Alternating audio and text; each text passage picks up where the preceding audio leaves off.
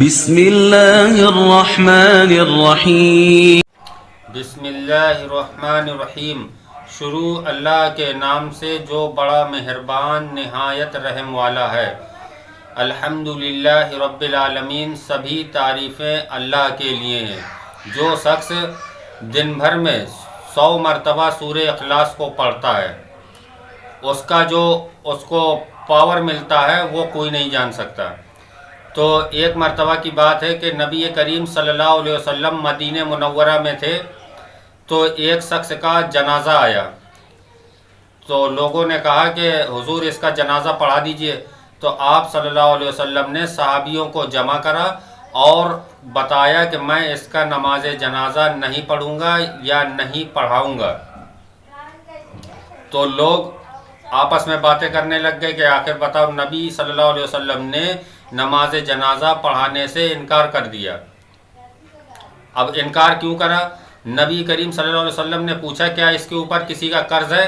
تو انہوں نے بتایا کہ ہاں 4 درہم کا قرض ہے۔ تو 4 درہم کے قرض کے وجہ سے حضور صلی اللہ علیہ وسلم نے اس کا نماز جنازہ پڑھانے سے منع کر دیا، اور جب منع کر دیا تو لوگ چلے گئے۔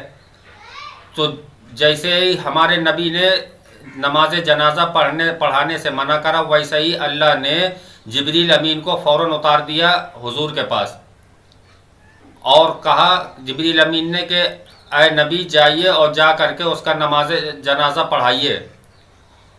تو حضور نے کہا کہ نماز جنازہ پڑھائیں؟ تو کہتے ہیں ہاں، اس کا نماز جنازہ پڑھائیے اور اعلان کروائیے کہ جو شخص اس کی نماز جنازہ پڑھے گا اللہ اس کے پوری زندگی کے گناہوں کو معاف فرما دے گا، اور جو شخص نہیں پڑھے گا تو وہ عذاب میں رہے گا۔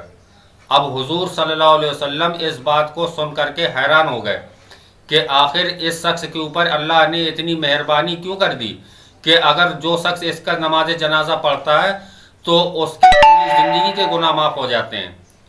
تو جبریل امین سے جب پوچھا حضور نے، تو جبریل امین نے بتایا کہ اللہ نے مجھے اس شخص کے 4 درہم قرض ادا کرنے کے لیے بھیجا ہے، اور میں اس کے 4 درہم قرض ادا کر کے آ رہا ہوں اسی کی شکل میں جا کر کے، کہ جس کو اسے 4 درہم دینا تھے اس کی شکل اختیار کر کے میں اس شخص کے پاس گیا، اس کو 4 درہم دیے اور پھر آپ کے پاس آیا ہوں، تو آپ اس کی نماز جنازہ پڑھائیے اور اعلان کروائیے کہ جو شخص اس کی نماز جنازہ نہیں پڑھے گا تو وہ عذاب میں رہے گا، اور جو پڑھ لے گا اس کے پوری زندگی کے گناہ معاف کر دیے جائیں گے۔